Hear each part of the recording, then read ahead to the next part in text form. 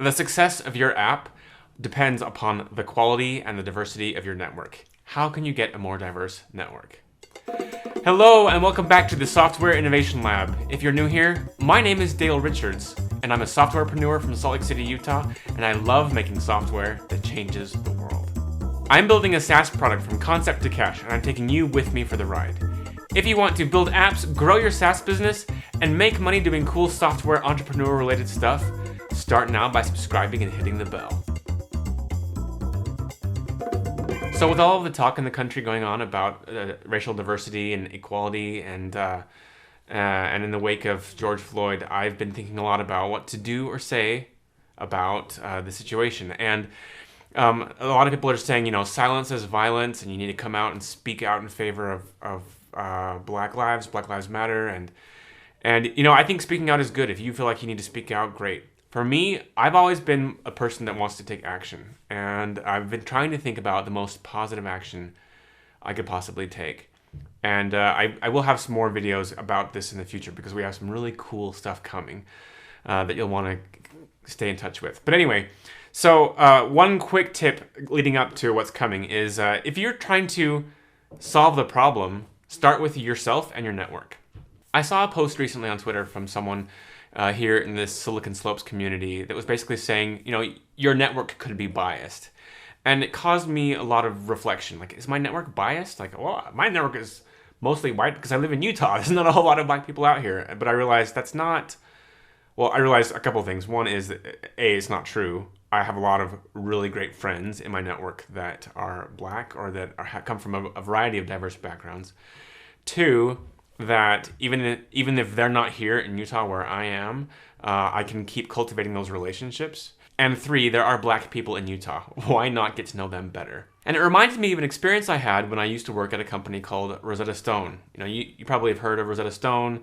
They used to sell all the yellow boxes in the airports. You could buy language learning software. Anyway, when I was working in the content development department at Rosetta Stone, I was hired to become a Russian translation project manager. So basically, I spoke Russian, I had a degree in Russian language and literature, and I had experience building language learning software already, so they hired me to basically become this Russian content manager.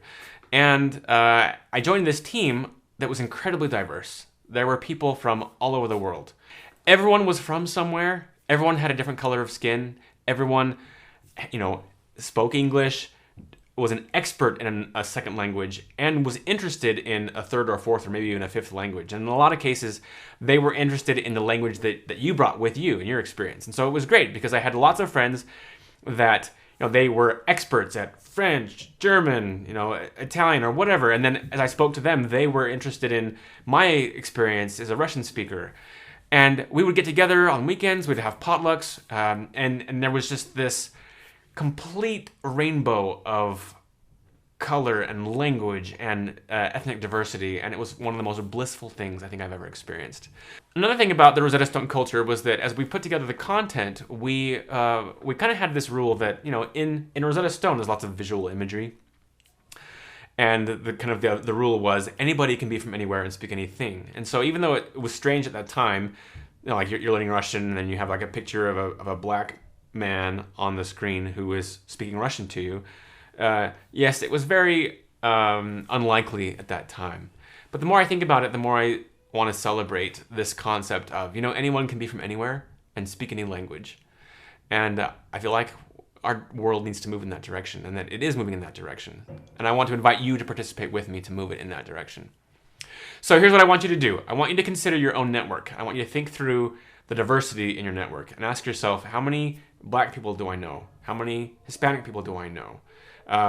Whatever that means for you. You decide what your priorities are to make your network more diverse. And then what I want you to do is find the people that represent that demographic that you want to add to your network. And I want you to add them.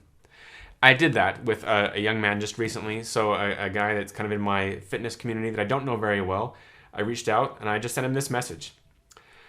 Hey, I've been following you on Instagram for a while, and I can see that we're both in Utah, we're both into fitness, and we're both in tech.